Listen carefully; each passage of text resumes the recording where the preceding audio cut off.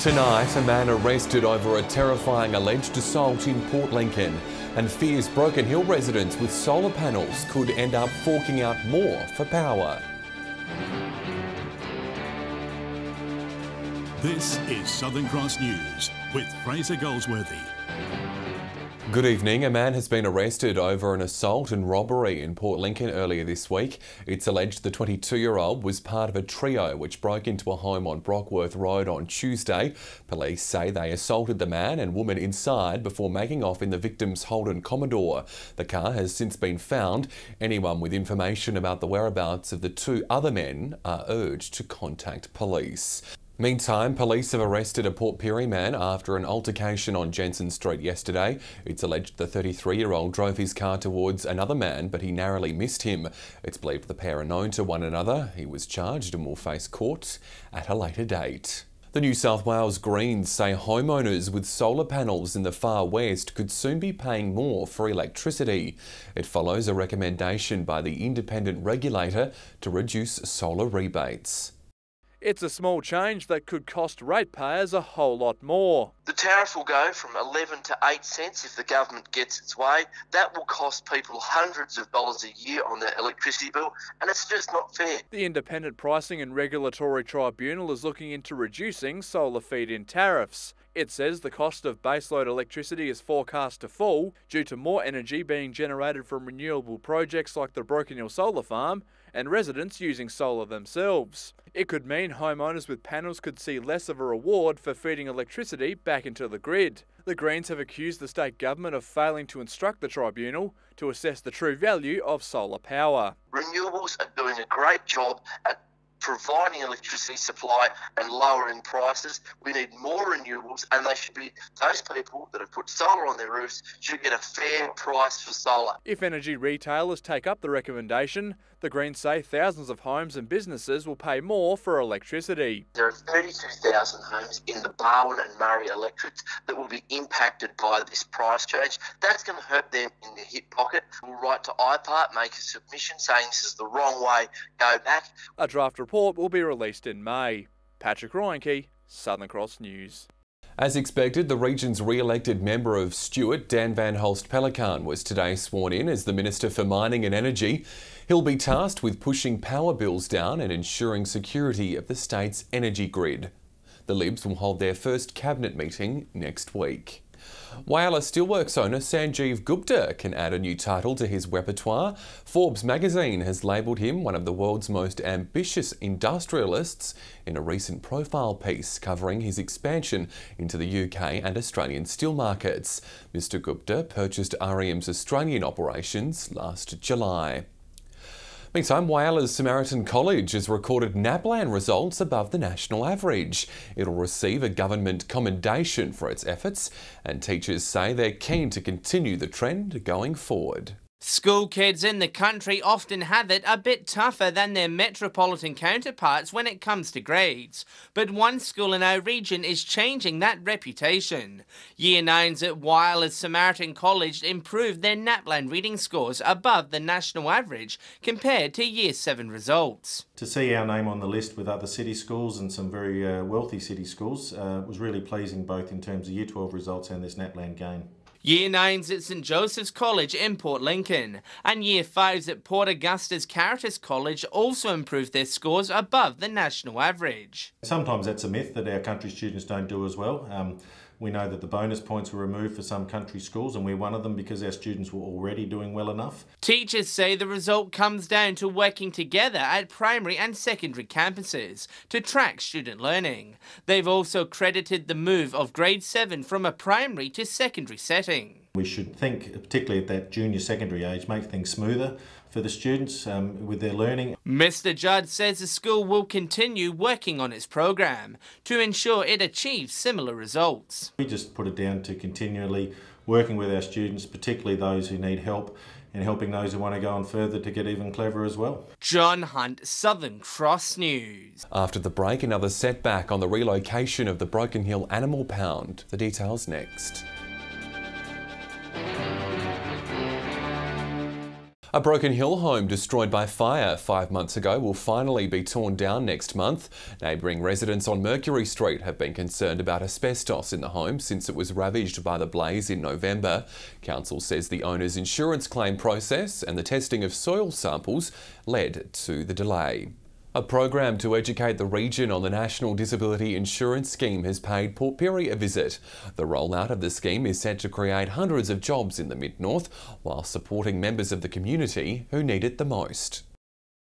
Giving people with a disability a wider range of support services. So that people can connect to the NDIS, see if they're eligible for it, access plans, and then follow on with services that are provided by us and all the other great networks here as well. The York and Mid-North region will see the biggest workplace growth out of regional South Australia, with around 1,000 new positions set to be created by next year. Roles that will be available in our region will be the direct care and support workers, with allied health professionals as well, in huge demand. Therapeutic supports, so we have like counsellors and also psychologists across the region from Nuriupta round to Port Lincoln, who can then provide services under the NDIS. Orana is just one of the companies helping people with a disability break into the workforce. It's offering people the opportunity to go into employment mainstream and earn some money so that they can make a better quality of life for themselves. And it seems the scheme is already helping those in the region. Mark's brother Paul suffered a brain injury and has already signed up to the NDIS. From next week, Paul will be out in the community making friends. They can organise for him to go football, he loves his footy, and to go out with a group down to a hotel where they can play pool together. A couple of workers will go with it, take him and a whole group down there so he can actually socialise. It's going to make it easier for them to access services that are, integral to their daily living. Rachel Nell, Southern Cross News. Broken Hill City Council's plan to build a new animal pound near the city's airport has been set back by almost a year. Lack of interest during the tender process has seen council take a more direct approach.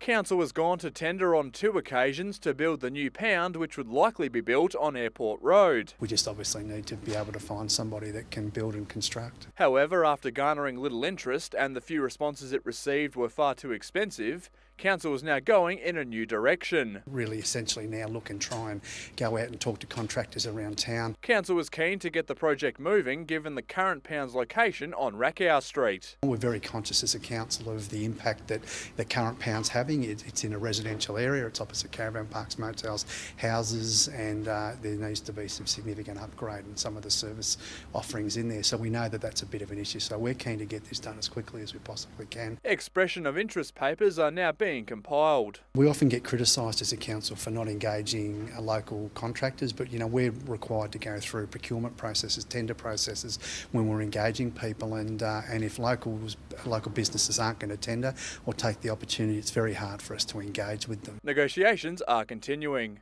Patrick Reinke, Southern Cross News. A hearing bus has paid Port Augusta a visit in a bid to improve the region's hearing.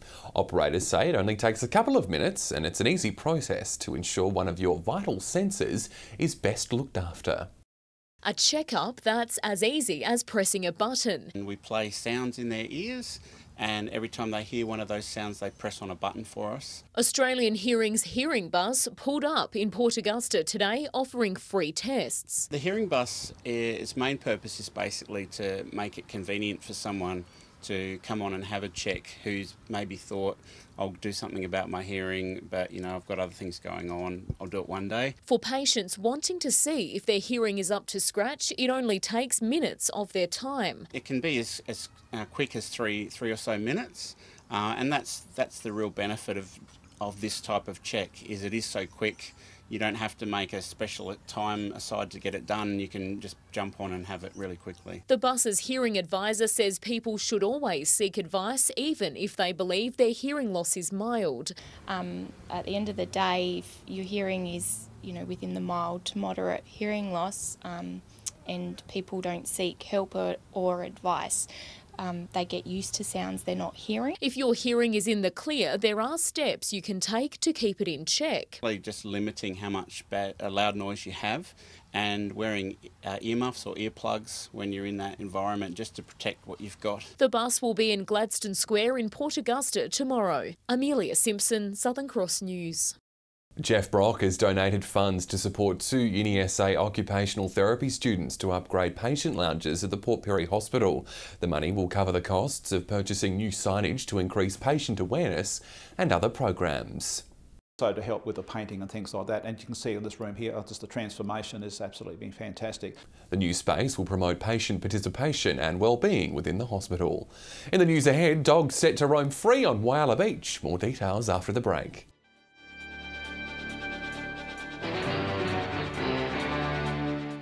Sections of the Whyalla Beach will soon allow owners to let their dogs off the leash. Council is investigating whether to open up a part of the foreshore to unleash dogs in a move to encourage pet owners to visit the area. Having your dog off the leash currently can be a costly exercise, a $200 on-the-spot fine. But after a pause for thought, Whyalla Council is set to open up a part of the foreshore that will allow our best friends to run free. In the spirit of making Whyalla City a more livable and enjoyable place for our community, that we needed an area where people could run their dogs off the leash. The leash-free zone will start at the Dunstan Street car park, heading west to the mangroves. Effective immediately, dog owners can use that space to let their pets roam free and enjoy the water. Council says it'll complement the city's dog park. Yes, the dog's getting a run off the lead, but the whole family can be there. The owners are enjoying the beachside setting, and I think it just creates a wonderful environment for people to enjoy their pets. Most of the beach will remain a leash zone for pets, including around the beach cafe and foreshore gardens area. They were looking for a place to be able to run their dogs off leash, and I'm pleased to say that the council has responded to that feedback. John Hunt, Southern Cross News. The first round of Broken Hill Council's community assistance grants is now open. Non-profit community groups and organisations are being encouraged to apply for funding to support events, activities, programs and other projects. Applications close at the end of next month. After Port Augusta was listed as one of SA's fattest centres, local personal trainers say the town has been slimming down. A new gym has even been opened up to keep up with the demand. When personal trainer Bradley May first arrived in Port Augusta 4 years ago, obesity levels across the town were at their peak, a whopping 23.2%. There wasn't too much movement around. There was a couple of other gyms, a couple of other things running. He says now that's all changed. But now there's a better vibe for the community and a better vibe training. It's not frowned upon as much anymore here, and there's a lot more people out and about moving, and that's all we can ask for. Brad and his partner Dior work as personal trainers. Now they've opened up their own gym to keep up with demand. Like me and Brad have been here for 4 years now. I think the town has changed a lot since then, moving towards health and fitness a lot more. The new training space is one of the only gyms to offer a creche for busy parents and will partner with local physios to offer Pilates classes. For the health of the town, the owners say one new gym isn't enough. The need is definitely there. I mean, there's still around 15,000 people that live here. So I really think that, 2 gyms or 3 gyms in town isn't enough for the community. We really want to create a culture in Port Augusta of turning our ways more towards health and fitness and living a healthy lifestyle. Amelia Simpson, Southern Cross News. Good to see Port Augusta getting healthy. Time now for fishing tips. Welcome another week around the Gulf Fishing Tips from Port Pirie. This crossover season is fantastic. I cannot wait to get involved with it.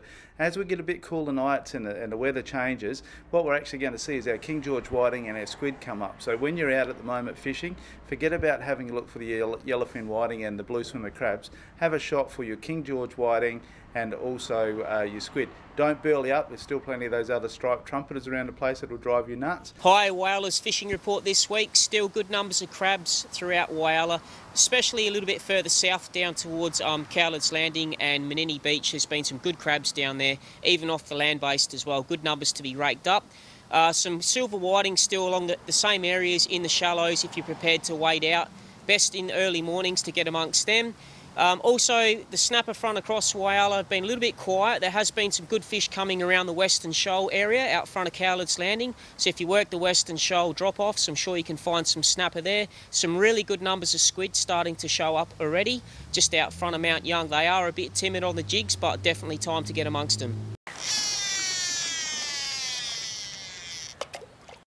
Do stay with us after the break. Amy has all your weather details, and Amy, the Spencer Gulf is warming up just in time for the weekend.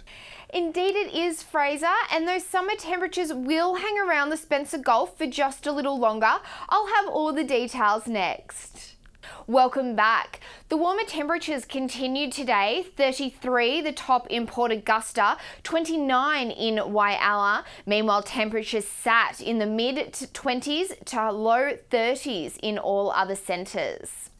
Checking the satellite, and thunderstorms in the northeast of the state due to thick cloud. However, the high pressure system is continuing to keep skies clear elsewhere. If you're planning to spend some time on the water tomorrow, there will be easterly winds shifting northeasterly up to 15 knots. Seas will reach 1 metre and the sun will rise at 7:23. Taking a look at tomorrow's weather, and the region will feel the heat. Port Augusta and Corn can expect 34, 32 in Whyalla. Meanwhile, the Bureau tells us the temperatures will continue to range in the high 20s to mid 30s in all other districts. Looking towards early next week, and an autumn change will come through in Port Lincoln. Showers expected on Sunday before 21 and a cloudy 20 on Monday. Cleve is also in for a cooler rainy change early next week. A fine 21 expected in Woodna on Monday. Further up the Gulf, and temperatures will drop to 19 on Monday in Whyalla. After a warm weekend in Port Augusta, Monday will reach 21. Kadina can also expect a wet and windy Sunday, with showers predicted on Monday and a top of 21 also. Showers also early into next week in Port Pirie and 21. Temperatures in Clare will also drop below 20 on Monday in the wake of showers. Meanwhile, the fine weather will continue in Broken Hill with a top of 21 on Monday. So Fraser, while the Spencer Gulf can expect a warm weekend, it will be a rainy start to next week. Make the most of sunny days. Thanks, Amy, and that's Southern Cross News tonight. Thanks for your company. I'll have some updates later tonight. Until then, enjoy your evening. Good night.